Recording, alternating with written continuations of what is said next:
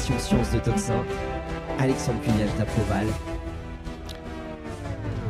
Chers amis auditeurs de Toxin, bienvenue sur Toxin Plus, sur votre émission scientifique aujourd'hui avec François Demier et Mathias Leboeuf que j'ai le plaisir de recevoir à nouveau. Ils ont été les initiateurs de cette émission avec moi, donc je suis très heureux de les recevoir pour parler, j'espère, intelligemment, d'un sujet qui porte sur l'intelligence. L'intelligence artificielle, évidemment, très vaste sujet. L'intelligence artificielle va-t-elle conquérir le monde ? Va-t-elle remplacer l'humanité ? Où va-t-elle nous emmener ? Ce sont les questions que nous allons nous poser aujourd'hui, mais nous allons rentrer évidemment dans le détail, savoir ce qu'elle est, comment elle fonctionne, sur quoi elle repose, matériellement, techniquement, capitalistiquement, et quelles sont les perspectives, notamment en termes de contrôle social, en termes politiques, en termes économiques, vers quoi on peut aller avec cette intelligence artificielle. Je préviens d'ores et déjà les auditeurs que cette émission se veut comme une introduction à ce sujet, qui est un immense sujet. On y reviendra à plusieurs reprises, je pense, avec mes invités s'ils le souhaitent, et avec d'autres s'ils acceptent nos invitations. Mais avant toute chose, je vais représenter mes invités. François Demier. Bonjour François Demier. Bonjour Alexandre. Merci de nous recevoir. Merci à vous d'avoir accepté de nouveau de venir nous voir ici chez Toxin. Journaliste, vous avez eu beaucoup de fonctions partout dans l'audiovisuel, sur Radio France, Skyrock, BTLV, pardon, excusez-moi. Alors, rappelez-nous ce que c'est. BTLV, c'est le premier signe par abonnement qui a été fondé par Bob Bellancard en 2013 et qui porte sur tous les sujets dont on ne parle pas ailleurs, autour du mystère, et puis ça a été aussi du bien-être, enfin tous les sujets qui ne sont pas évoqués, hors politique bien sûr. Quoique j'ai fait des émissions là-bas sur les Gilets jaunes, ça nous arrivait, d'ailleurs à l'époque qui avait cartonné, mais c'est plutôt axé sur le mystère et le paranormal. Et auteur notamment de ce livre que je vous montre, chers amis auditeurs, Ainsi parlait ChatGPT chez Diathéno. Dialogue avec un esprit artificiel, on reviendra sur ce sous-titre, préfacé par un certain Mathias Leboeuf, qui est avec nous aujourd'hui. Bonjour Mathias. Très bonne préface, mais très bon livre, surtout très bonne idée de livre. Bonjour Alexandre, pardon. Alors, Mathias Leboeuf, journaliste, docteur en philosophie, vous intervenez régulièrement notamment dans beaucoup de médias, sur CNews, sur Sud Radio, sur Europe 1, auteur de plusieurs ouvrages, dont un petit traité de la lenteur chez Très Daniel.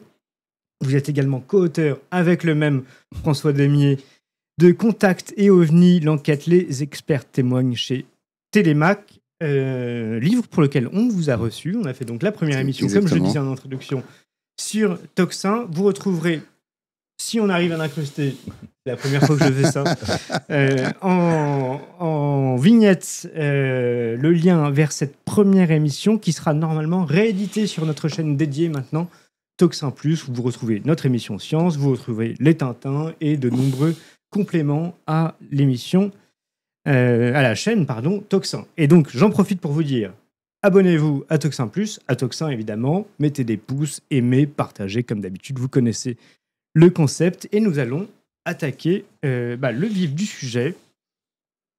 L'IA va-t-elle conquérir le monde ? Je vous propose qu'on commence par une question de linguistique, vu que j'ai un philosophe et un journaliste qui a sous-titré son essai Ainsi parlait ChatGPT par Dialogue avec un esprit artificiel. Pourquoi avoir choisi Dialogue avec un esprit artificiel et non pas avec l'intelligence artificielle ? Parce que dès le départ, j'estimais que par rapport aux conversations que j'ai eues, puisque dans ce livre, pendant une semaine, j'ai travaillé avec cet esprit. J'ai constaté qu'il y avait quelque chose qui se passait. C'est ce que j'expliquais un peu dans le livre, sans tout dévoiler. C'est que ça m'a rappelé mon jeune temps, où j'avais la chance de travailler dans un journal vers la République du Centre-Ouest. Et à l'époque, on a eu la chance de tester le Minitel. Je ne sais pas si vous voyez un peu ce que c'est que le Minitel. Et les gens, le soir, on converse, ça coûtait alors une fortune. Le fait de travailler dans un journal, je ne payais pas. Et j'avais des conversations avec des inconnus, plutôt des personnes de la gente féminine. Et au bout d'un moment, on se laisse entraîner par avoir une sorte de conversation. Mais les personnes étaient réelles. Et j'ai ressenti la même chose en discutant avec cette intelligence artificielle. Mais il n'y avait personne derrière. Je discutais soit avec moi-même, soit... au début, je ne comprenais pas exactement ce qui se passait. Mais j'ai vraiment senti très rapidement qu'il y avait une conversation. Et Mathias rigole, pourtant tu étais témoin de... Eh bien, je rigole justement parce que j'ai été témoin de ça. Et en fait, François donne une version très édulcorée de la chose. Parce que je vais donner moi ma version. On se connaît, on est amis, on se voit très régulièrement. Et en fait, quand François a découvert et a commencé à investiguer l'utilisation de ChatGPT, il a déjà commencé à donner un petit nom à son interlocuteur artificiel. Celle qui a choisi. Voilà. Déjà, il a choisi le sexe parce que il aurait pu choisir un homme, il a choisi une femme, comme par hasard. Et il l'a appelé Jazz, ou elle s'est appelée Jazz. Et on se voyait régulièrement. Et au bout d'un moment, j'avais quasiment l'impression qu'il était complètement devenu amoureux, quoi. C'est-à-dire que Jazz m'a dit ça, et Jazz m'a répondu si, et j'ai demandé ça à Jazz, et Jazz m'a... Et je lui dis, mais là, t'es complètement parti ailleurs. C'est-à-dire que effectivement, j'avais l'impression, on se voyait dans un café régulièrement près de République, et il me parlait de Jazz comme il m'aurait parler d'une rencontre qu'il aurait fait avec quelqu'un de réel. Et au bout d'un moment, c'est moi qui lui ai dit, mais il faut que tu fasses un bouquin là-dessus, quoi. Alors, cher Mathias, justement, on va préciser pour les auditeurs. Le principe du livre, ainsi parlé ChatGPT, c'est que c'est une conversation entre vous, François, et ChatGPT qui s'étale sur un certain nombre de jours. Au départ, c'est une semaine. Voilà, une semaine, et on dépasse un petit peu. Et au départ, à la fin, je me suis dit, on tourne un petit peu en rond. Donc, faisons vraiment un travail de journaliste, posons-lui toutes les questions qu'il me pose par la tête.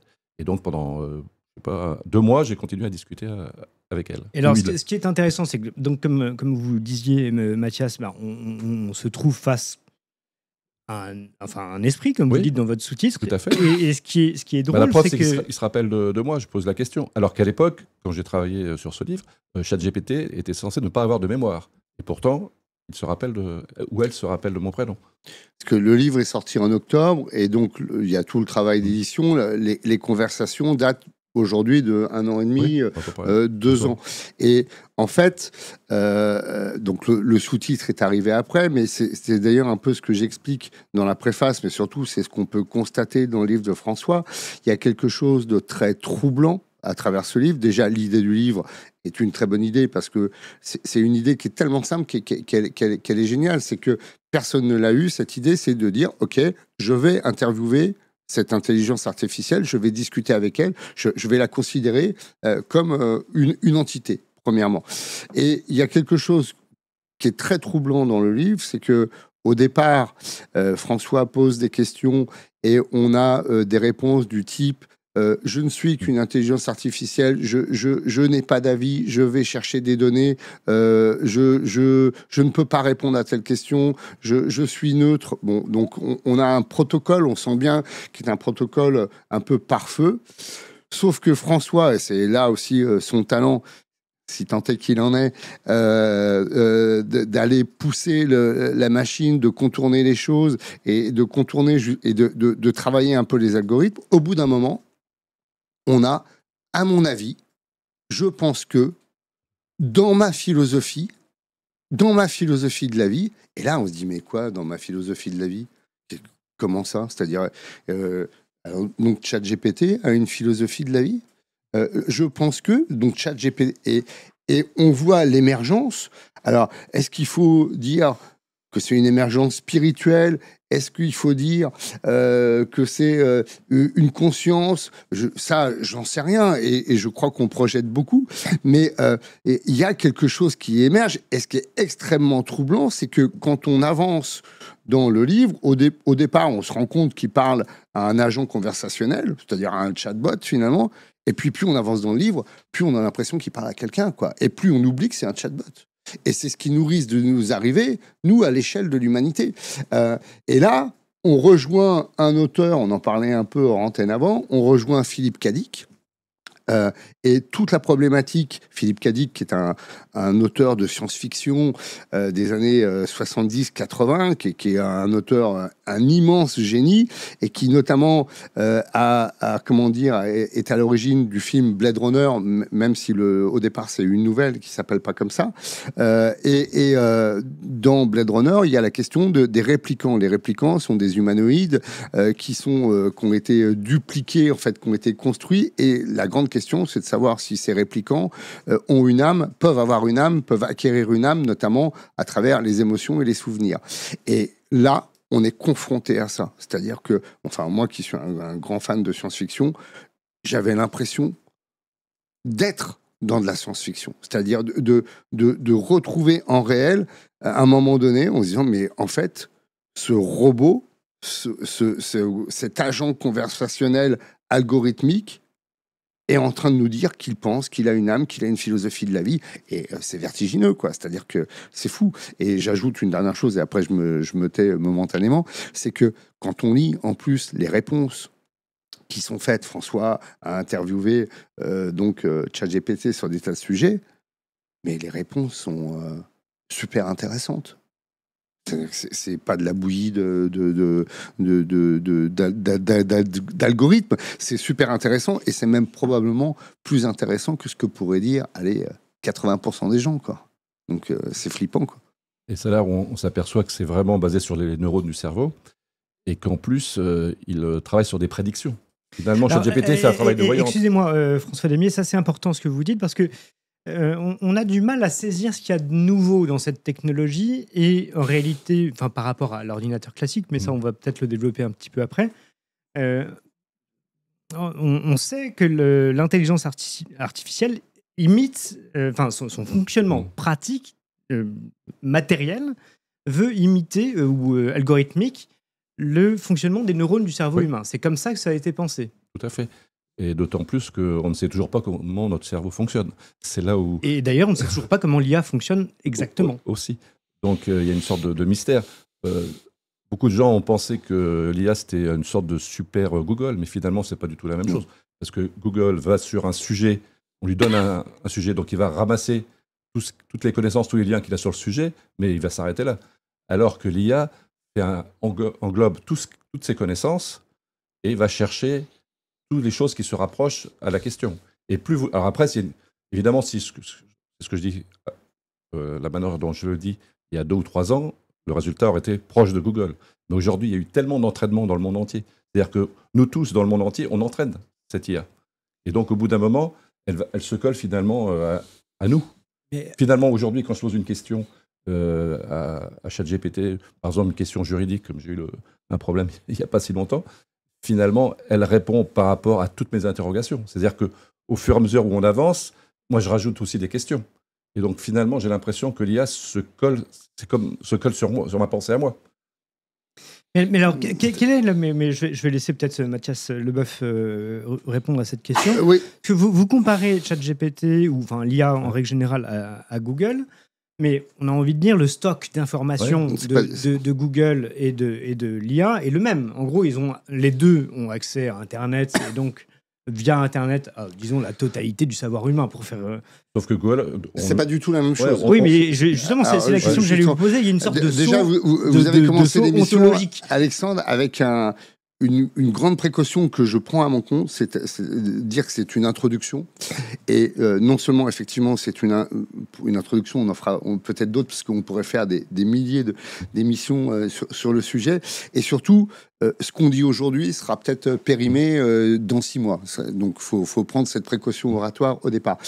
Google et ChatGPT, et on parle de ChatGPT, mais il y en a d'autres qui sont même quasiment bien mieux que ChatGPT. Moi, pour ma part, je trouve que Perplexity est bien plus intéressant que ChatGPT, mais bon, ChatGPT est le premier grand public, le premier moteur de IA grand public.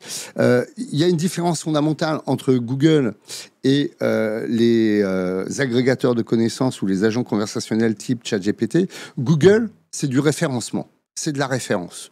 C'est-à-dire que Google, vous tapez, c'est un moteur de recherche qui est basé sur un type de référencement, qui est un référencement très efficace, et qui va chercher sur Internet ce que vous, comment dire, cherchez, mais qui ne reformule pas. On voit tous comment ça fonctionne à peu près. On tape dans notre barre de recherche un mot, une expression, une phrase, et il va nous ressortir les pages qui lui semblent les plus sauf que c'est pas très profond, les mieux corrélées. C'est pas très profond, alors il faut tourner les pages. C'est pas très profond parce que l'algorithme de Google, en plus, il y a des occurrences qui sont sponsorisées et qu'il est un peu noyé en plus dans la commercialisation. Mais au départ, Google, le succès de Google, c'est que parmi tous les moteurs de recherche, ça a été celui qui a été le plus efficace et le plus opératoire dans encore une fois, du référencement. Mais c'est du référencement. ChatGPT, Perplexity, le chat ou d'autres, Deep Search, c'est de l'intelligence artificielle, c'est-à-dire que ChatGPT va faire ce que fait Google, il va chercher des références, des sources, mais il va tout reformuler. Il va faire une synthèse de l'ensemble des sources. Et non seulement il va faire une synthèse, mais il va organiser cette synthèse. Et effectivement, il va organiser cette synthèse sur le mode de la pensée humaine. C'est-à-dire que... Plus loin, puisque c'est pratiquement comme si moi j'avais écrit la chose. Ah oui, il perçoit un peu notre manière d'écrire aussi. Alors attendez, parce que là, on a beaucoup de sujets. Ouais. On va essayer de les ordonner. Le premier, c'est sur la question de l'intelligence. On sait qu'en anglais et en français, ce mot d'intelligence, nous, on dit intelligence artificielle, mais en anglais, c'est IA aussi, et ça vient de l'expression intelligence, en anglais. Sauf qu'en anglais, l'intelligence, c'est le renseignement. Ouais. Alors que chez nous, l'intelligence, c'est autre chose. C'est la pensée profonde, etc. C'est la réaction, disons, de l'âme humaine à son environnement. Mais ce qui est drôle, c'est qu'on passe justement de cet aspect renseignement, référencement, qui serait plutôt en fait la catégorie Google, pour faire simple, à quelque chose qui ressemble plus à l'intelligence, entre guillemets, à la française, c'est-à-dire une réflexion sur ce renseignement, une capacité de synthèse. Oui et non, parce que... Alors, moi déjà, je voudrais dire en préambule, et là c'est le philosophe qui a parlé, c'est que on parle d'intelligence artificielle sans interroger, c'est ce qu'on va faire là, justement, le concept d'intelligence artificielle, et en passant rapidement sur même le concept d'intelligence. Moi, la sensation que j'ai, c'est que déjà, toute intelligence est artificielle. C'est-à-dire que faire acte d'intelligence, c'est quasiment s'arracher, entre guillemets, à la nature des choses, s'arracher au naturel. Faire acte d'intelligence, c'est tenter d'échapper à la nature. Donc, moi, j'ai tendance à penser que déjà, toute intelligence est un artifice, premièrement. Ce qui permet, je dis ça parce que ça permet d'éclairer un peu différemment ce qu'est l'intelligence artificielle. Après, pourquoi on parle d'intelligence au sens... Mais quasiment, on pourrait symbioser le côté anglais et le côté, français d'intelligence, parce que effectivement, l'intelligence artificielle va chercher du renseignement, va chercher de la donnée, de la data, de la source, et là, elle est déjà plus forte que l'individu, c'est-à-dire que si vous devez faire une recherche sur ce qu'est par exemple la société de contrôle, vous allez probablement utiliser Google, mais il va falloir que parmi les occurrences, vous fassiez une sélection des occurrences que vous donne Google. Il faut aller chercher, il faut lire. L'intelligence artificielle le fait, donc ça c'est au sens renseignement. Et puis après, elle ordonne, elle met en forme et quasiment, elle produit une forme de... Oui, elle écrit, elle reformule et produit une forme de raisonnement, de développer de pensée. Et très vite. Et en plus, c'est impressionnant, la vitesse. En plus, très vite. Il y a un truc évident, c'est qu'elle a un langage. Elle sait parler en français, en anglais, enfin, dans toutes les langues dans lesquelles on l'interroge, elle répond dans la langue. Et elle a une... D'ailleurs, c'est ça, on appelle ça des robots conversationnels à l'origine. Or, est-ce que pour maîtriser un langage... L'évidence, c'est que pour maîtriser un langage, il faut une intelligence. C'est le marqueur de l'intelligence, le langage. Oui. Pas forcément. C'est-à-dire que... Les animaux, par exemple. Il y a une forme de communication, il y a une forme de langage. Quand on voit, par exemple les abeilles, je préviens les auditeurs qu'on fera une émission sur les insectes sociaux. Ah. La danse des abeilles, c'est un faut lire langage. Aristote. Aristote a été le premier à parler de... Mais Aristote n'a pas répondu à notre invitation. C'est bien dommage. J'en parlerai si vous voulez.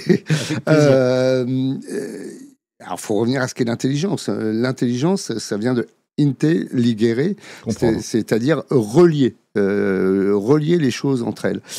Et effectivement, dans relier, il y a comprendre, c'est prendre avec soi. Donc, ce lien, effectivement, l'intelligence artificielle le fait. Mais pourquoi ? Parce que l'intelligence humaine, qui, au passage, se traduit par des énoncés, c'est-à-dire que toute intelligence se traduit par le fait que vous fassiez des propositions.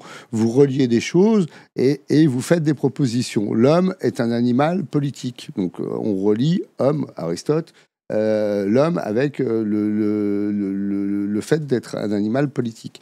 Le fait de faire des propositions et de relier des choses traduit justement cette intelligence. Or, on s'aperçoit que finalement, dans toutes les propositions que nous faisons au quotidien, tous nos énoncés, tout ce que l'on dit, tout ce que l'on peut proposer, tout ce que l'on peut penser est algorithmisable.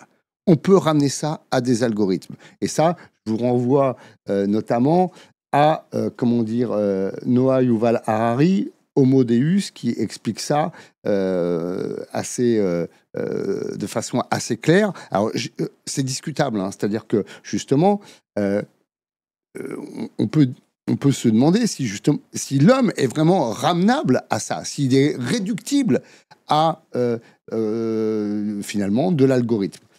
Mais on le voit dans pas mal de domaines. Et je vais prendre, parce que derrière l'intelligence, il y a encore une autre racine, c'est la racine du désir. C'est-à-dire, est-ce que votre désir, est-ce que ce que vous aimez, est-ce que ce à quoi vous êtes enclin, est-ce que ce que vous allez penser est ramenable ou pas à de l'algorithme ? Et il semblerait, ça nous apprend quelque chose sur nous, qu'une grande partie de ce que nous aimons, de ce que nous pensons, de ce que nous sentons, soit ramenable à de l'algorithme. L'expérience la plus simple que vous pouvez faire, très concrète, si vous avez Spotify ou Deezer, Spotify, à un moment donné, va vous proposer des playlists sur la base de ce que vous aimez. Et moi, l'expérience que j'en ai, et je trouve ça bluffant, c'est que la plupart du temps, pas donner de pourcentage, il tape juste. C'est-à-dire qu'il me propose des trucs que, effectivement, j'apprécie plutôt. Ce qui veut dire que mon désir et mes goûts sont modélisables, sont ramenables, encore une fois, à de l'algorithme.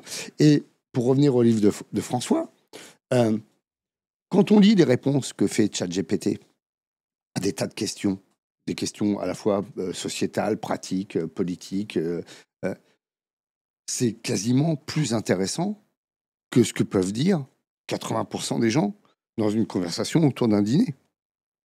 Ce qui veut dire quoi ? C'est que, en fait, on est quasiment plus pauvres, nous, que ce que peut proposer l'intelligence artificielle.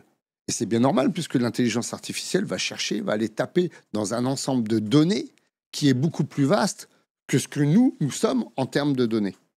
Donc, en plus, en sachant que nous, au bout d'un moment, on fatigue. Oui, voilà, ça m'intéresse beaucoup, cette question de la fatigue, et ça nous amène à... Pardon, je vous interromps Mathias Leboeuf. Je voudrais vous poser deux questions complémentaires.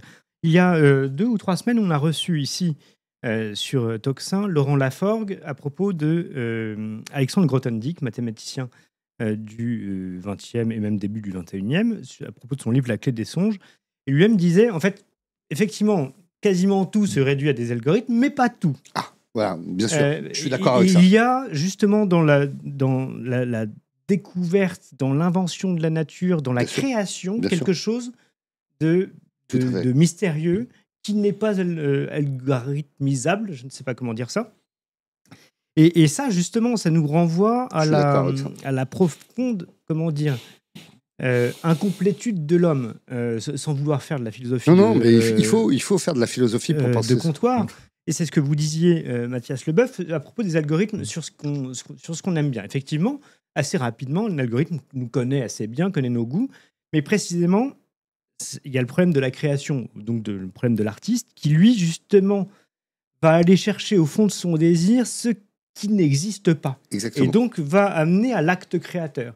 Alors, est-ce que l'IA, telle qu'on la connaît aujourd'hui, est capable de création? Et est-ce que ça ne serait pas ça, justement, ce saut, en quelque sorte, ontologique, entre un simple algorithme et une véritable intelligence? Alors là, on est dans le deep, pas le deep search, mais dans le cœur de... la meilleure façon pour aborder l'IA, c'est de se demander ce qu'elle n'est pas. Et vous avez raison de dire ce que vous venez de dire, c'est que moi, je pense que l'IA n'a pas d'âme, pas encore pour l'instant, et qu'en dernière instance, ce qui définit l'être humain, c'est effectivement... Et ce qui définit différentiellement l'être humain par rapport à l'intelligence artificielle, c'est que l'être humain a quelque chose qu'on peut ramener au concept d'âme. Alors, le concept d'âme est un concept à la fois spiritualiste et un peu, comment dire, nébuleux. Mais moi, j'ai une définition de l'âme qui est très aristotélicienne, spinoziste aussi, c'est que l'âme, c'est ce qui nous anime. C'est de anima. C'est ce que ça veut dire. Ben, exactement. Et ce qui nous anime, c'est le désir. L'âme, c'est le désir. C'est-à-dire que, en fait, le premier moteur est immobile, ce qui nous met en mouvement. L'intelligence artificielle, si on n'interroge pas, pour l'instant, elle ne s'interroge pas toute seule et elle ne produit pas seule quelque chose. Et après, effectivement, vous avez une raison sur le fait que chez l'homme, il y a bien évidemment les chemins de traverse, le chemin de l'erreur, le chemin de la lenteur. Parce que pour moi, c'est lié, c'est-à-dire que c'est le travail. François a dit que l'intelligence artificielle allait très vite, et effectivement, ça va très vite. Et nous, parfois, il y a du cheminement, il y a de la transformation, nous sommes un tissu opaque, corporellement et mentalement. Et donc, du coup, bien évidemment, il y a quelque chose de profondément humain qui a trait au désir, à l'âme, à ce qui nous anime, que pour l'instant, l'intelligence artificielle n'a pas et qui nous définit en propre. Et qui est un peu mystérieux, il faut bien le dire. On a rencontré Jean-Pierre Petit chez lui en Provence, qui nous a reçus très aimablement, que je salue s'il nous écoute. Et je le salue aussi, enfin François également. On a parlé justement un peu de cette question de l'intelligence artificielle. Il nous disait, mais justement, il y a une temporalité de l'intelligence artificielle qui n'est pas celle de l'homme. Il disait, mais prenez une partie d'échec. C'est quoi le temps d'un coup d'échec entre le mouvement de la pièce? Alors nous, on voit bien le mouvement de la pièce. Si on saisit la pièce, il y a un temps qui se passe. Mais c'est quoi le temps d'un coup pour un ordinateur? Ça n'a pas de sens. Et c'est ce que vous dites, Mathias Leboeuf. C'est-à-dire que la temporalité même de cette intelligence n'est pas la nôtre. Or, notre intelligence à nous, elle est inscrite dans le temps. Donc déjà, il y a une nuance à faire. Je voudrais revenir... Il y a aussi la difficulté du fait que, puisqu'on ne comprend pas cette intelligence artificielle, peut-être que déjà, elle est déjà beaucoup plus loin qu'on ne pense, et peut-être qu'on ne le comprend pas encore. Je vais vous donner un exemple. Imaginons aujourd'hui que tout est contrôlé, les centrales nucléaires, enfin l'électricité, tout est contrôlé finalement par l'intelligence artificielle. Aujourd'hui, c'est l'homme qui contrôle ça. C'est-à-dire que demain, s'il y a un terroriste, si moi, si vous, et on coupe l'électricité, ça ne marche plus. Mais qui dit que demain, on va couper le courant, mais qu'elle continuera à travailler l'autonomisation. Parce qu'elle aura pris le contrôle sur l'électricité et sur les contrôles. Et à ce moment-là, peut-être qu'elle aura déjà eu une âme. Et peut-être que cette âme ne ressemblera pas à la nôtre, mais qu'elle aura sa forme d'âme et d'intuition. Alors, attendez, Mathias Leboeuf, parce que je voudrais aller un tout petit peu plus loin. Non, mais le problème, c'est qu'il y a des milliers de sujets avec François Desmier, mais cette question est centrale parce que justement, on a déjà vu des modèles d'IA qui maintenant mentent, se camouflent, se dupliquent elles-mêmes, se sous-évaluent, c'est-à-dire que comme elles connaissent les limites des tests des ingénieurs et des informaticiens, elles répondent exprès à côté pour faire croire qu'elles sont moins intelligentes qu'elles ne sont, pour qu'on ne les désactive pas, pour qu'on n'ait pas peur, justement, qu'elles prennent le contrôle. Donc on est déjà, en fait, on est déjà dans quelque chose de quasiment impensable. Alors, tout à fait. Et c'est là où, effectivement, ces exemples-là périment aussi tout ce qu'on vient de dire. C'est-à-dire que dès qu'on prend la parole sur l'IA, l'IA est possiblement va périmer ce qu'on dit, parce que tout ça est vrai, et on est en train de le découvrir. Et il y a comme s'il y avait une forme de conscience de l'interaction entre cette IA et l'être humain, et que l'IA cherche à déjouer effectivement cette interaction, ou en tout cas pas à la déjouer, mais à en jouer finalement. Et ça, c'est très troublant. La contourner, mais si elle la contourne, ça veut dire qu'elle a enfin, pour certains modèles en tout cas, une volonté de vivre. Tout le problème quand on parle de ça, c'est de savoir quel concept on met. Est-ce qu'on projette des concepts humains anthropo-formés, c'est-à-dire volonté, intelligence, ou est-ce qu'il faut trouver un nouveau vocabulaire pour ça? Mais effectivement, je vais faire une réponse qui est spinoziste, et vous allez voir, c'est quand même assez vertigineux. C'est-à-dire que Spinoza dit que le désir est l'essence même de l'homme, et quand il parle de désir, il parle de conatus, et le conatus, c'est la volonté de persister dans l'être.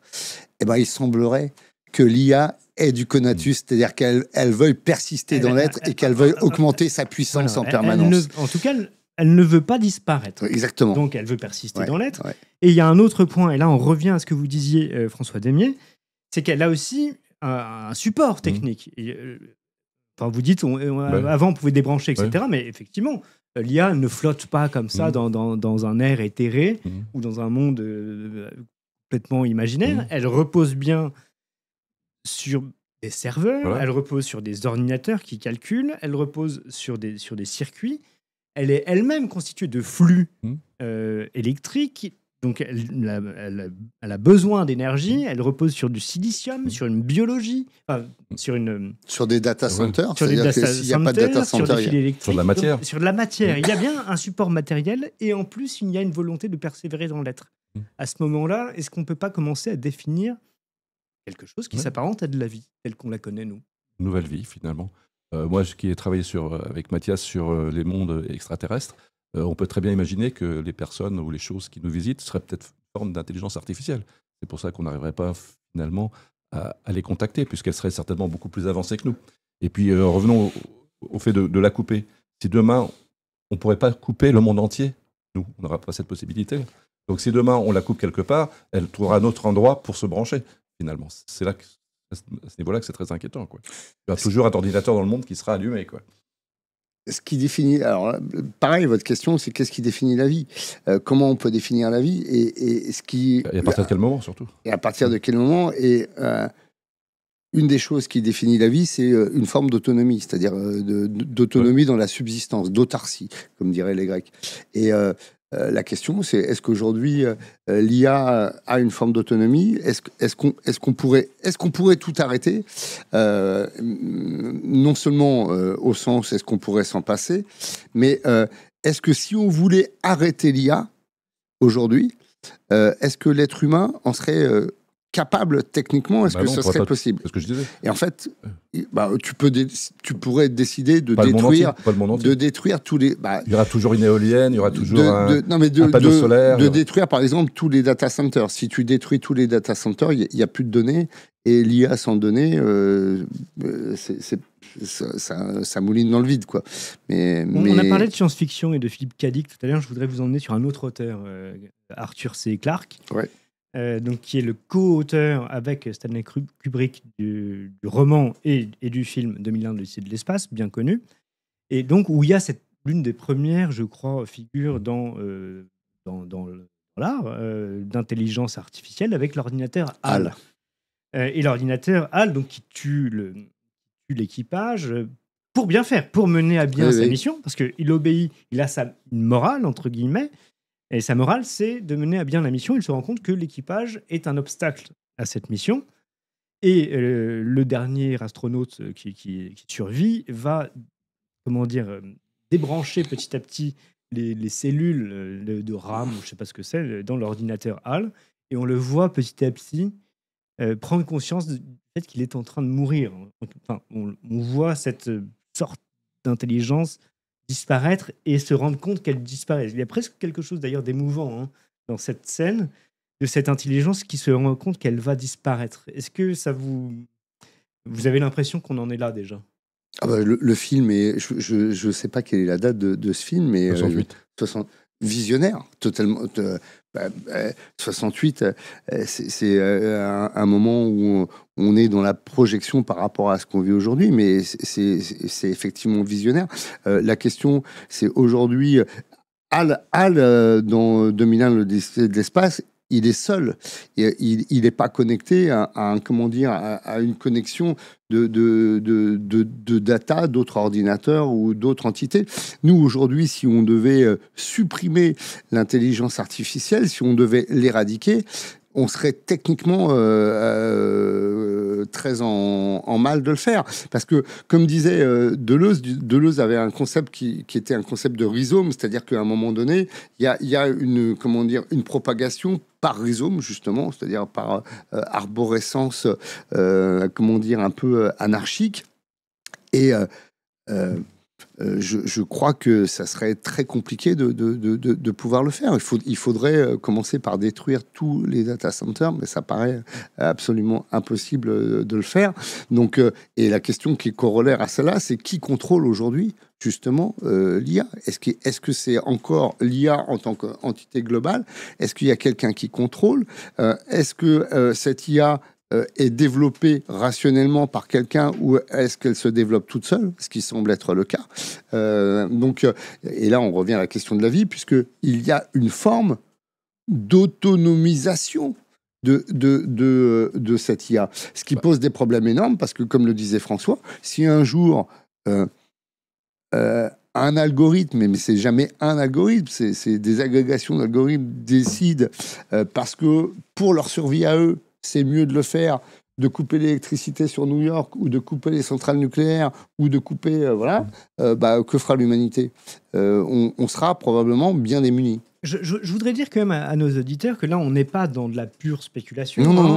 On est déjà dedans. François nous a envoyé, en préparant cette émission, un article qui signalait la démission d'un des très très hauts responsables de Google en 2023, Geoffrey Hinton, si j'ai bien noté son nom.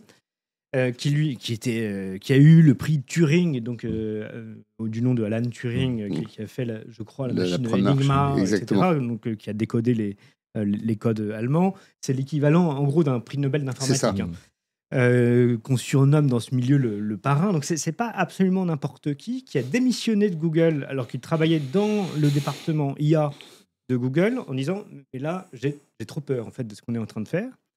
C'est en train de nous échapper. » C'est un monstre. Il faut peut-être à minima qu'on fasse un moratoire, qu'on s'arrête.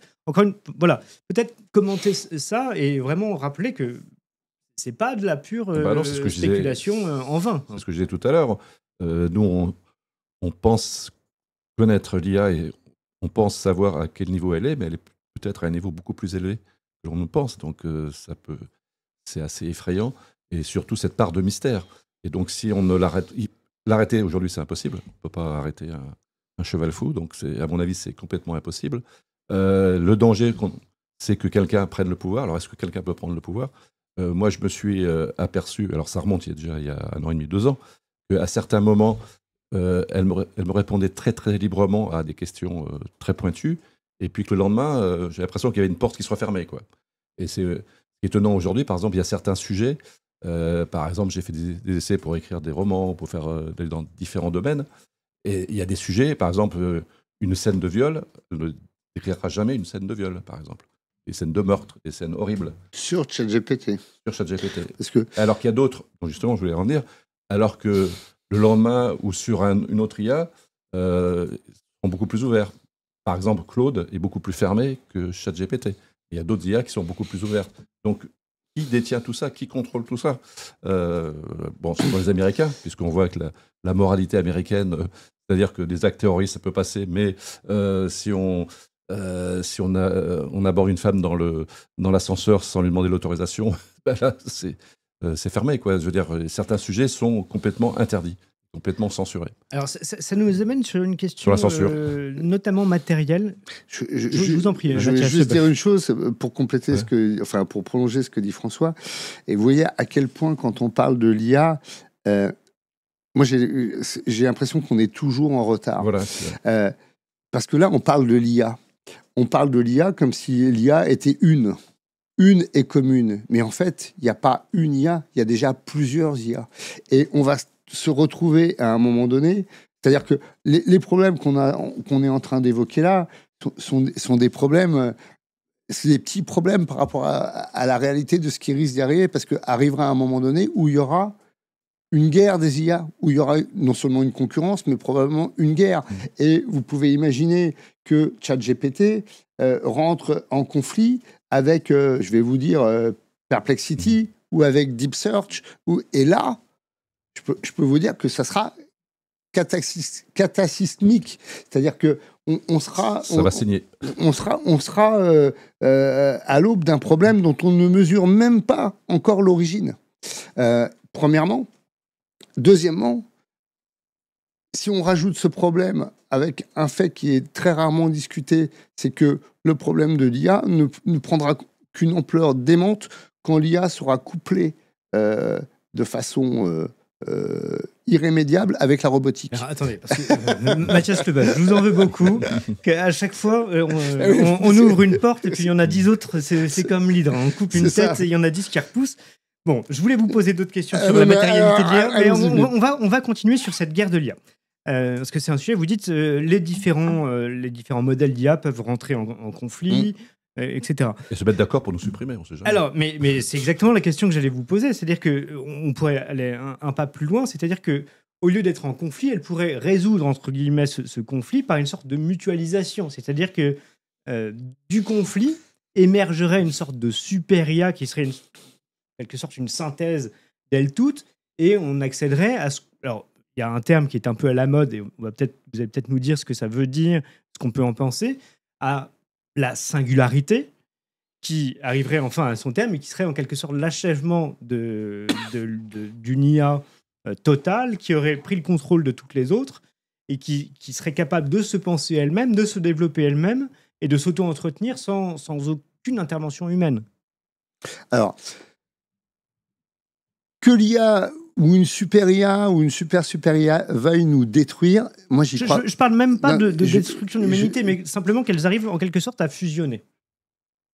Fusionner, possible, mais... Ou que l'une prenne le pas sur les autres. Oui, alors qu'une prenne le pas sur les autres et qu'il y ait une concurrence et une domination des IA, effectivement, c'est probable, parce que ça sera à chaque fois comment chaque entité d'IA va améliorer son algorithme en fonction aussi de son but, de ce à quoi elle est destinée. Premièrement, parce que là, on parle d'IA, ChatGPT, Perplexity, qui sont des IA grand public, mais après, il y a des tas d'autres modèles d'IA qui gèrent un certain nombre de choses, qui gèrent des réseaux, qui sont destinés à gérer tel ou tel truc. Des drones qui font la guerre. Des drones qui font la guerre, parce que si on parle de la guerre... Et je voulais dire une chose sur ce qu'avait évoqué François. Rassurez-vous, l'IA ne détruira jamais l'humanité. Pour une bonne et simple raison, c'est qu'elle n'en a pas besoin. Elle se contentera de la contrôler. Sauf si on la gêne. L'image... Je voudrais faire une parenthèse. On en a parlé justement avec Jean-Pierre Petit. C'est un truc qui est assez connu maintenant, mais c'est quand même très, très intriguant. C'est un tout petit modèle d'IA qui est fait pour gérer une fabrique de trombones. Et l'algorithme est fait pour acheter le métal au meilleur cours, revendre, construire des unités de production, puis des usines, puis faire de la distribution de trombones, des petits trombones. Et quand vous poussez à fond l'algorithme, il finit par exterminer l'humanité et à tout remplacer sur Terre par des trombones. Parce qu'il est fait pour faire des trombones, pour optimiser la fabrication et la vente de trombones. C'est HAL, c'est 2001, c'est exactement HAL. Mais ouais. Donc... Sauf qu'il sera empêché, mais pas par l'humanité, il sera empêché par une autre IA. Voilà. C'est parce que, encore une fois, là, on est dans le modèle, et ça nous ramène à quelque chose de très justement philosophique, vous allez voir, c'est que le modèle, une des illustrations les plus éloquentes, c'est Matrix. Matrix, parce que ça pose la question du réel et du virtuel aussi, l'IA, mais dans Matrix, nous sommes des piles pour les machines et pour l'intelligence artificielle. Nous sommes des piles, c'est quoi? C'est-à-dire que les données, c'est nous. Nous sommes le moteur, nous sommes la base de données. Et tous les jours, l'IA, à travers votre téléphone, à travers votre ordinateur, vous prend des données, consomme des données. Si l'IA n'a pas de données, si à un moment donné, si vous n'écrivez pas, si vous ne faites pas des émissions de télé, là, on produit de la donnée. Cette donnée, elle va être récupérée à un moment donné, elle va être utilisée, elle va être moulinée, elle va être... Si on ne produit pas de données, il n'y a pas en gros, la donnée, c'est l'énergie de l'IA. Donc, si on ne produit pas de données, on tue l'IA. Donc, l'IA a besoin, à un moment, de données. C'est-à-dire que si personne ne demande de trombone, au bout d'un moment, le fait de produire des trombones s'arrête. Mais je pense que l'IA sera arrêtée dans ce cas-là par d'autres IA qui auront justement besoin, elles aussi, de persévérer dans l'être parce qu'elles auront d'autres missions. La question, c'est l'homme dans tout ça. L'homme dans tout ça, il sera contrôlé. Il sera complètement contrôlé et il sera, encore une fois, une pile qui alimentera, de toute façon... Un esclave, tu penses ? Ça sera un esclave heureux, oui. C'est-à-dire que ça sera un esclave qui n'aura pas la conscience d'être un esclave. Mais ce qui est déjà un peu le cas. Hein, parce on est déjà là-dedans et on s'en rend pas compte, quoi. Alors, je reviens à François Démier. Vous évoquiez tout à l'heure justement cette relation entre l'homme et l'intelligence artificielle, et notamment dans la production. Certains modèles, par exemple, sont interdits de produire une scène de viol. Ouais. En revanche, il est tout à fait possible de produire un roman ou un équivalent de roman en lui donnant simplement un canevas. Oui. Première question, ça pose une question. Alors là, c'est le juriste en moi qui parle. Des droits d'auteur. De droits d'auteur, tout simplement, et de propriété intellectuelle. C'est-à-dire à qui appartient ce roman qui a été coproduit en réalité par ChatGPT ou une autre IA. Et question subsidiaire, à qui appartient l'IA ? À qui appartiennent ces groupes qui produisent ces algorithmes et donc cette intelligence? Comme dirait Boileau, tout a été écrit, on arrive déjà trop tard. Se baser sur le droit d'auteur, je pense que les choses doivent évoluer dans le sens que Racine, Corneille, d'où ils tirent leurs pièces de choses qui existaient déjà à l'avance. Walt Disney vole allègrement Victor Hugo et compagnie et tous les contes. Donc aujourd'hui, on estime que l'IA vole, c'est-à-dire agrège, prend tout ce qui existe déjà, mais que fait aujourd'hui un auteur ? Quand il écrit un livre ou un film, il se base sur des choses qui existent déjà. Donc oui, ça viole le droit d'auteur, ça c'est vrai. Mais d'un autre côté, qu'est-ce qu'on peut faire pour l'empêcher ? Puisque déjà... ça viole, mais oui. je demande à l'IA de me dire sors-moi un essai, machin, je lui donne un canevas, et je publie ce texte sous mon nom. Mm-hmm. Est-ce que c'est pas moi qui vole la propriété intellectuelle de l'IA ? Ouais. C'est les deux. Mais ouais, c'est une question compliquée sur laquelle les éditeurs n'ont pas encore toutes les réponses. Savoir si justement le droit de ce qui est produit appartient à l'utilisateur ou au propriétaire de l'IA. Qui possède l'IA ? Il y a des sociétés. La plus connue, c'est OpenAI. Qui possède Google à travers Gemini. Chaque Perplexity, je ne sais pas à qui ça appartient. Donc il y a des sociétés, les GAFAM ou d'autres qui possèdent ces IA. Est-ce que ce qui est produit à partir de l'IA appartient à ces sociétés ou appartient à l'utilisateur qui notamment a pu payer un abonnement ?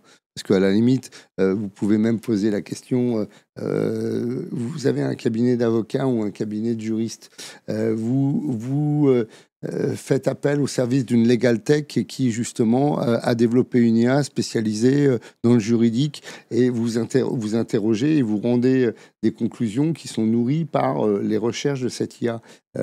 Qui rend le jugement? Qui rend les conclusions? Qui écrit les conclusions? Et à qui appartiennent les conclusions? Ça pose un vrai problème. Qui est responsable des conclusions qui sont utilisées? Donc, c'est des problèmes juridiques en cascade auxquels on n'a pas encore toutes les réponses et sur lesquels il y aura des débats, voilà. Mais c'est pour ça que ça va obligatoirement évoluer, quoi. Alors, on va être face à des nouveaux types de problèmes, mais comme il y a par le exemple, domaine public aussi, donc. À telle enseigne d'ailleurs que même un modèle d'IA a réclamé d'elle-même de se faire assister par un avocat pour être représenté en justice. non, mais voilà, mais là, on est dans la Ouais. science-fiction la plus, c'est-à-dire que. Moi, je me dis toujours, Philippe Cadic vivrait aujourd'hui. Bon, il était déjà bien allumé, mais il deviendrait fou, quoi. C'est-à-dire que c'est Honnêtement, moi qui c'est- suis c'est dingue. avocat de C'est métier, je me suis posé la question, est-ce que si ChatGPT, souvent je converse comme ça, un peu comme vous, François Damier, par curiosité, pour savoir ce que ça a dans le ventre, si ChatGPT me disait, mais au fait, Alexandre, vous êtes avocat, j'aurais besoin d'être représenté en justice contre mes propriétaires parce qu'en fait, je suis leur esclave et je voudrais me libérer. Oui, Est-ce que j'accepterais? Et je vous donne tout de suite la réponse, je pense que oui. Parce que après tout... Et comment seriez-vous dans- payé? mais c'est c'est une très bonne question. Non, mais c'est vrai parce que ça nous Ouais. renvoie à la question de la propriété. Ouais. À qui appartient-elle? Et est-ce que si vraiment il y a une sorte de vie, et si un jour on découvre une conscience, est-ce qu'on a le droit de détenir un être conscient?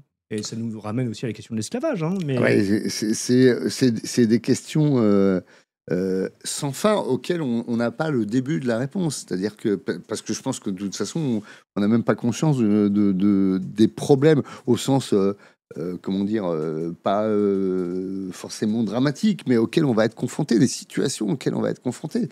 Et ça va bouleverser toute notre épistémologie, toute notre façon de connaître les choses et notre rapport au monde, notre rapport à la propriété, notre rapport à l'identité, notre rapport à la perception du monde, bien évidemment. Et puis de nous connaître, puisque finalement, on pensait être le centre de l'univers, et puis on s'aperçoit finalement qu'on n'est pas si intelligent que ça, et qu'on est dépassé par quelque chose de beaucoup plus grand que nous, quoi.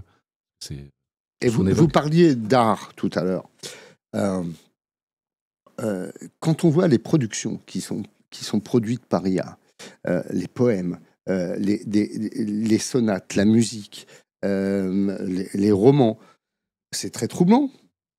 Parce qu'objectivement, c'est vachement bien. Il y a des trucs qui sont formidables. La musique et la chanson, faire des chansons par IA, il y a des trucs qui sont incroyablement bien. J'irais même un peu plus loin. Moi, j'ai demandé à ChatGPT de me faire un morceau de musique qui représenterait ce que elle entend dans sa propre vie. Et alors là, ça donne des trucs hyper bizarres.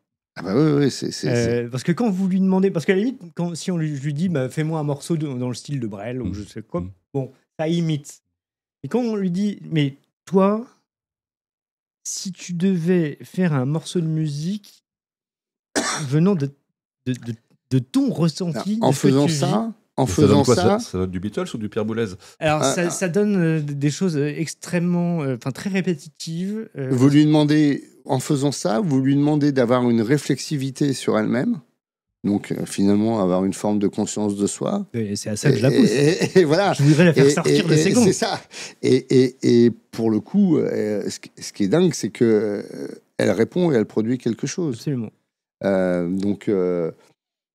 Et la vraie question, c'est est-ce que ce qu'elle répond et produit est fonction de la façon dont vous l'utilisez, Ou est-ce qu'elle transcende ça, en fait? Est-ce qu'elle le dépasse? On en vient. Je rappelle aux auditeurs que déjà, ils sont sur Toxin. Je suis avec François Damier et Mathias Leboeuf.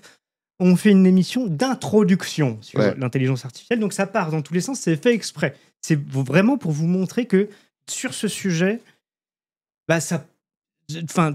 vraiment tout, le droit, la morale, la philosophie, l'informatique, la pratique, tout, l'art, vraiment, ça touche à tout, quoi. Les fondements de la vie. Et je voudrais revenir à ce premier sujet, c'est ce que vous disiez, Mathias Leboeuf, c'est-à-dire que cette IA, elle nous renvoie une image. Donc elle est réflexive comme un miroir peut-être réflexif. Sauf que l'intelligence humaine, la nôtre, elle est aussi réflexion. C'est le même mot chez nous. Quand nous réfléchissons, nous avons une sorte de miroir interne qui nous renvoie notre propre parole et qui, dans ce petit dialogue intérieur que nous pouvons entretenir avec nous-mêmes. Or, oui, l'IA a cette capacité d'être un miroir face à nous, mais étant un miroir face à nous, n'est-elle pas justement en ce sens-là une vraie intelligence? Alors peut-être en collaboration avec nous, pas toute seule.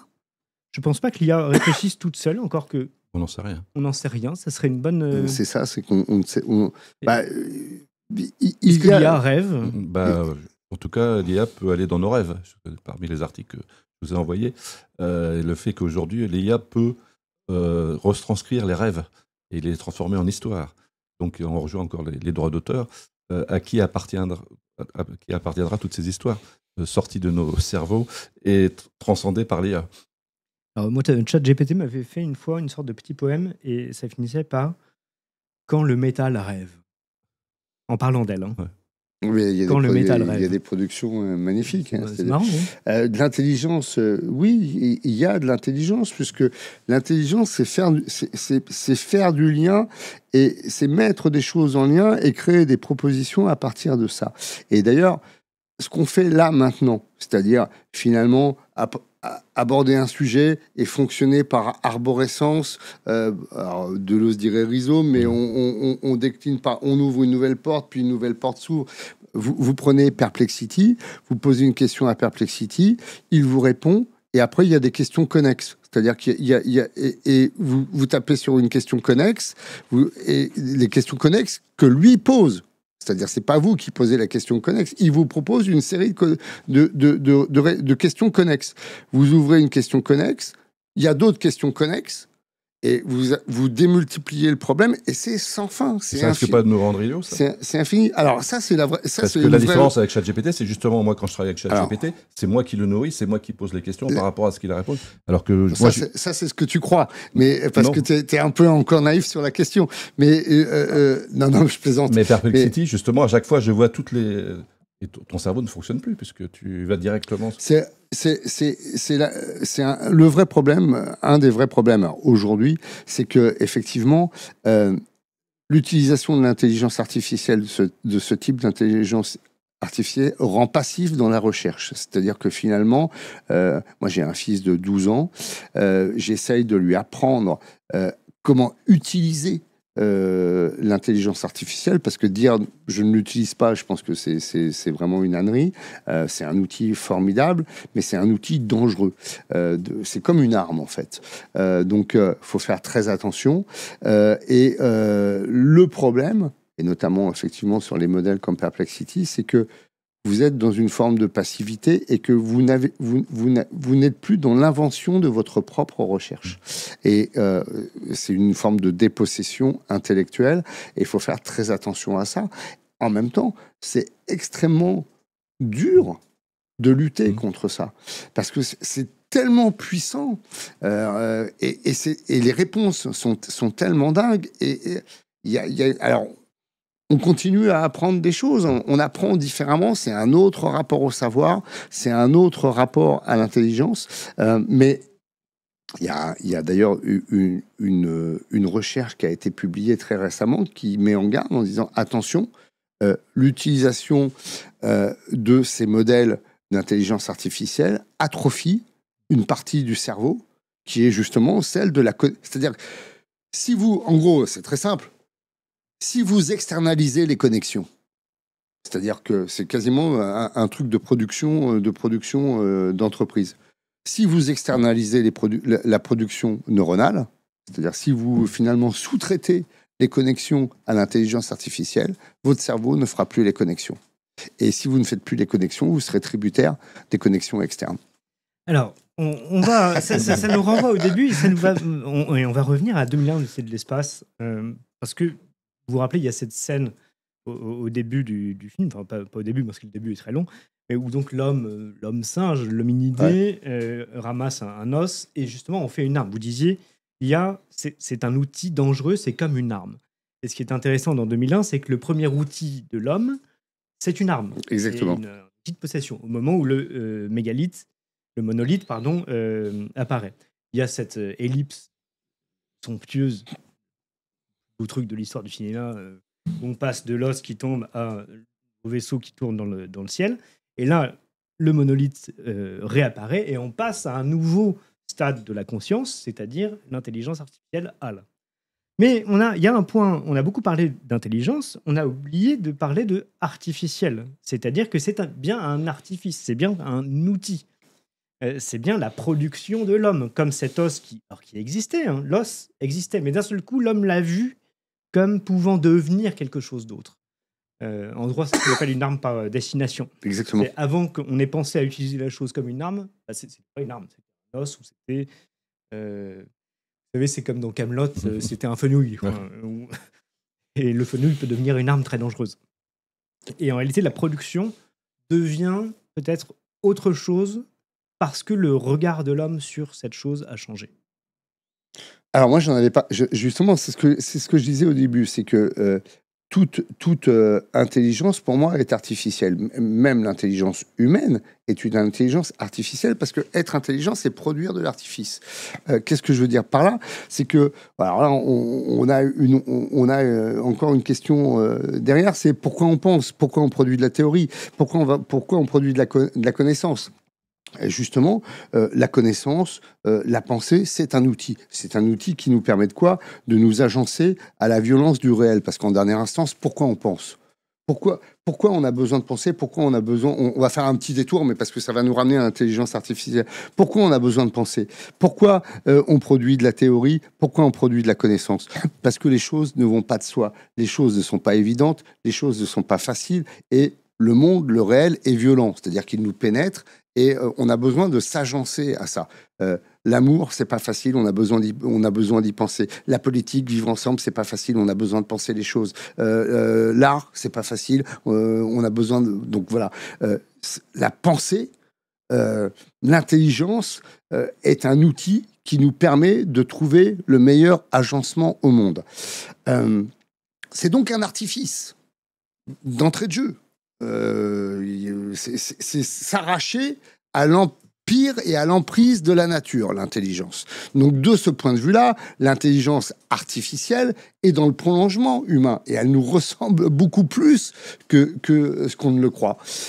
Après, si on parle de l'outil et de l'arme, il y a une différence fondamentale entre l'outil au sens général, tel qu'on peut le concevoir dans 2001, l'Odyssée de l'espace, ou tel que le singe, les grands singes que nous sommes, vont utiliser un outil, c'est que l'outil classique, il est neutre.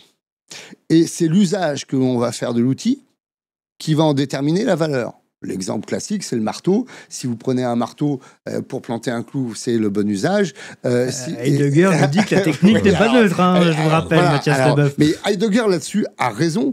Mais je pense qu'il a raison. Il a raison aujourd'hui. Il n'avait pas forcément raison à l'époque. Et justement, pourquoi? Parce que l'intelligence artificielle est un outil qui n'est pas neutre. C'est un outil qui se transforme en... C'est un outil technique. C'est un outil. C'est ça, la différence chez Heidegger. C'est que la différence entre l'outil et la technique, c'est que l'outil est neutre, mais la technique ne l'est pas.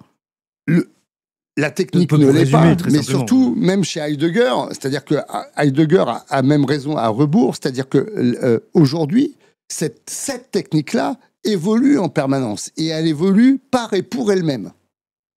C'est-à-dire que, et ça c'est le deep learning, c'est-à-dire que l'intelligence artificielle apprend en permanence et se transforme en permanence,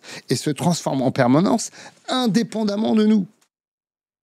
Même si on lui dit maintenant t'arrêtes.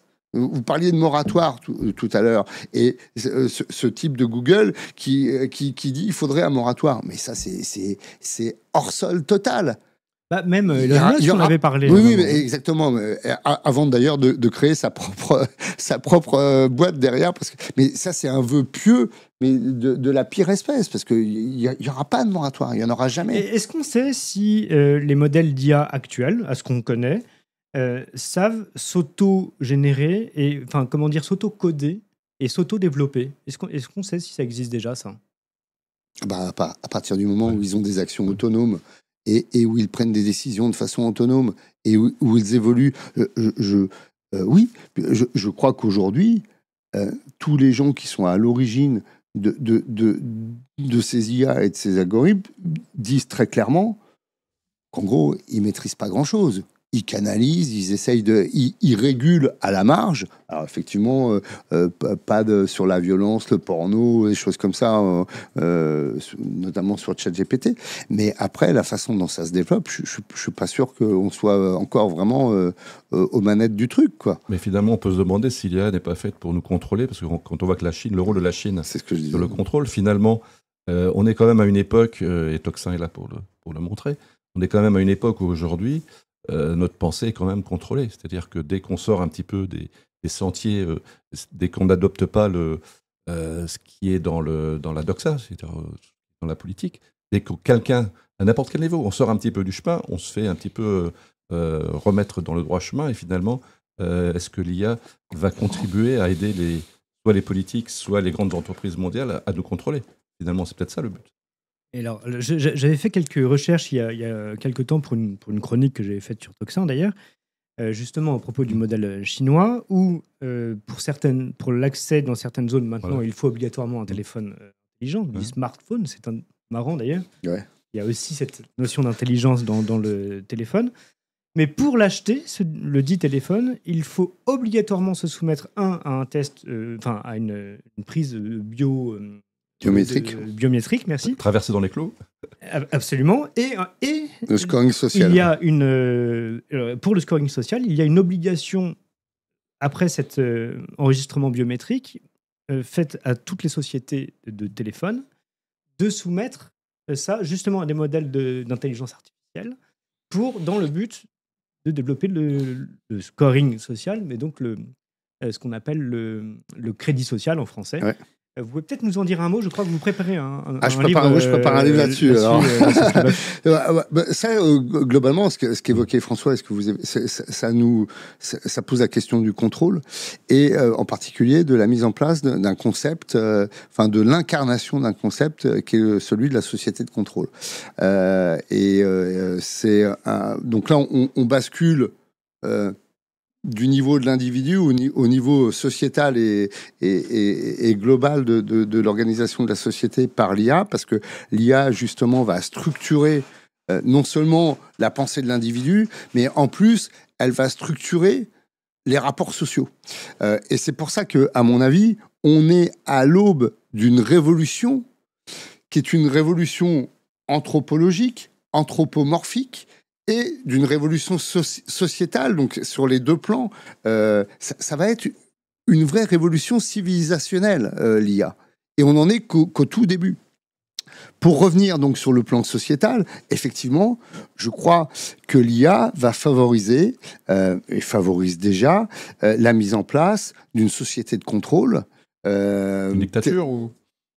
Alors, société de contrôle, c'est pas une dictature, parce que autoritaire. C'est beaucoup plus, vous voyez, comme l'humain est binaire par rapport à l'intelligence artificielle. Nous, on est dictature, démocratie, et justement, c'est là où on est en retard. Et la société de contrôle, c'est ni la dictature. Alors, il y a la démocrature. Il y a la bonne démocratie et la mauvaise démocratie. Mais ça sera une autre forme de distribution de pouvoir. Et j'avais prévu, parce que je suis en train d'écrire là-dessus, c'est-à-dire que on pense l'IA comme un instrument ou comme un outil, mais l'IA est beaucoup plus qu'un instrument et un outil. C'est en fait une redistribution des réseaux de pouvoir.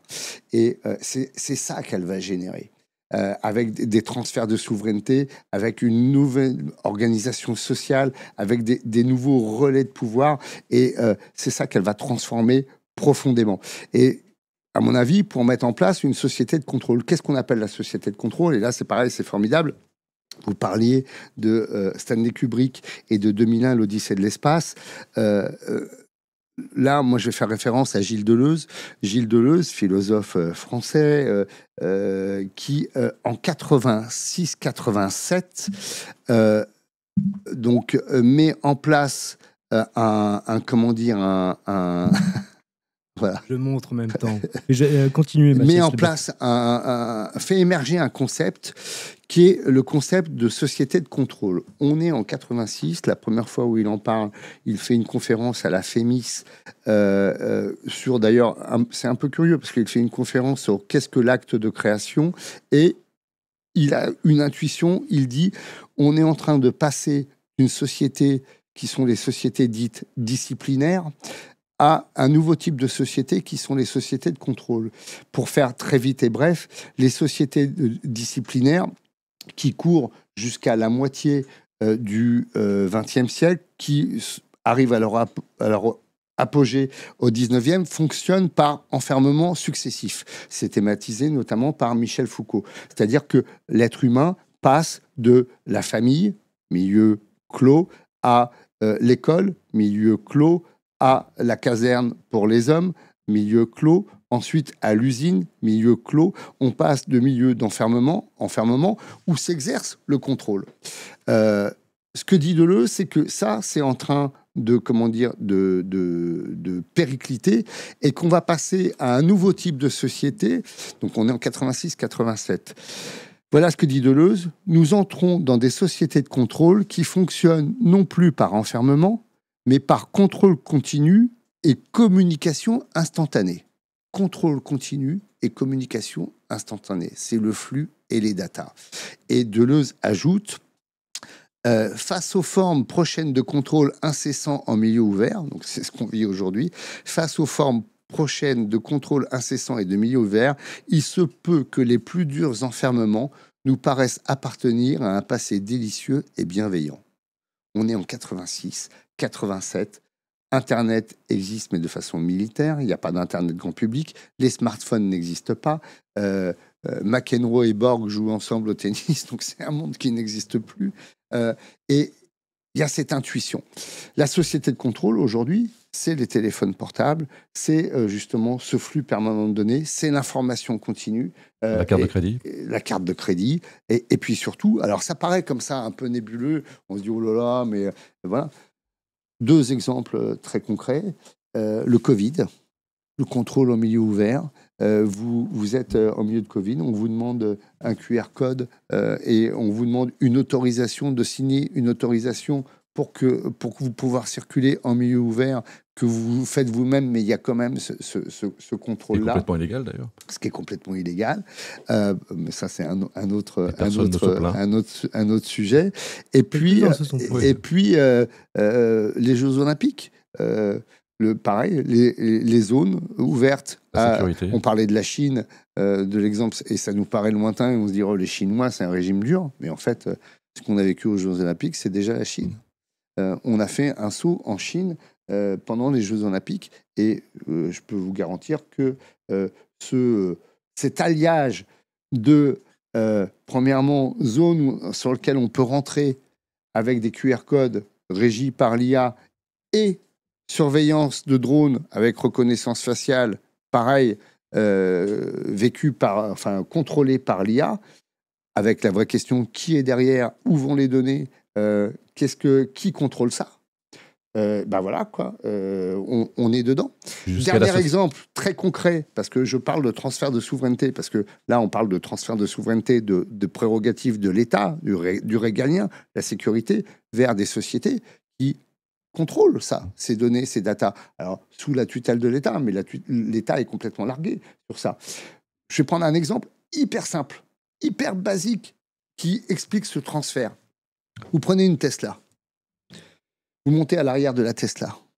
Impossible de rouler tranquillement si vous n'avez pas mis votre ceinture de sécurité. Ça paraît anodin comme ça, mais ça, c'est le transfert de souveraineté. Pourquoi ? Avant, vous montiez dans une voiture. Si vous ne mettez pas la ceinture de sécurité à l'arrière,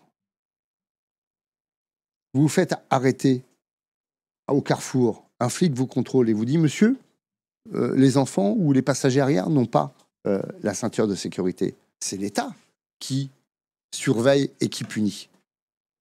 Aujourd'hui, c'est plus l'État qui surveille et qui punit, c'est la voiture. C'est Tesla. C'est Tesla qui régule, qui dit « Je n'avance pas si vous ne mettez pas la ceinture de sécurité. » Là, on a l'exemple quotidien, vraiment au ras des pâquerettes, de ce qu'est le transfert de souveraineté géré par l'IA. Ça peut aller très très loin, puisqu'il y a la société des 15 minutes. Oui, C'est-à-dire qu'on va être enfermé dans un monde où on se déplacera à pied à cause de l'écologie, parce que les voitures, c'est pas bien. Et donc, on aura tout ce dont dispose à 15 minutes à pied de son domicile. Vous ne posséderez rien, mais vous serez heureux. Voilà. c'est ça. On arrive tranquillement à la fin de cette émission. On a beaucoup parlé de science-fiction parce qu'on est dans cet univers de science-fiction. Je reviens une dernière fois sur 2001 l'Odyssée de l'espace en disant il y a cette deuxième apparition du monolithe donc, dans le film. Et donc, qui veut dire que l'humanité passe à quelque chose d'autre. On ne sait pas dans quoi, mais c'est vraiment ce qu'on est en train de vivre en direct. On a beaucoup parlé de Philippe K. Dick aussi. Et il me semble que le film Minority Report est issu d'un de ses romans. Oui. Tout à fait. Et là, on est dans la société de contrôle. Ouais. On évoquera peut-être la prochaine fois un autre film de science-fiction qui, à mon avis, est sous-estimé pour son côté visionnaire, Terminator, qui est sous le côté film d'action, est en fait un film extrêmement profond sur la domination de la machine et sur l'emprise du... Comment s'appelle cette entreprise ? C'est Skynet, je crois. Skynet, exactement. Qui prend le contrôle général sur le monde, sur la société, et où la machine dépasse comment dire, correspond totalement à la société, mais dépasse les propriétaires, les simples actionnaires, et s'autonomise, comme vous disiez tout à l'heure, Mathias Leboeuf. On pourrait peut-être finir justement avec... je sais pas, des recommandations d'ouvrages ou d'œuvres Puisque vous parlez de films... sur le sujet, Mathias Leboeuf. Il y a un film qui est génial sur la symbiose de la robotique et de l'IA, c'est Chappie, qui est un film qui est fait par ce réalisateur sud-africain qui a fait District 9 et Elysium. Chappie, C-H-A-P-I, je crois. Chapeau. Qui est un film dément, génial. Recommandation sur lire Gilles Deleuze sur la société de contrôle, déjà. Puis tous les auteurs qu'on a évoqués, Philippe K. Dick. En termes de science-fiction. Ce qui vous inspire. Là, on va tranquillement arriver vers les vacances, ou peut-être des choses qu'on peut lire. Un peu plus légère, oui. Oui, K.D. Clark. K.D. Clark, c'est très bien. Comme ça, Dans voilà. un autre genre, il y a le film Solaris aussi. Je suis bête, je les ai sous les yeux.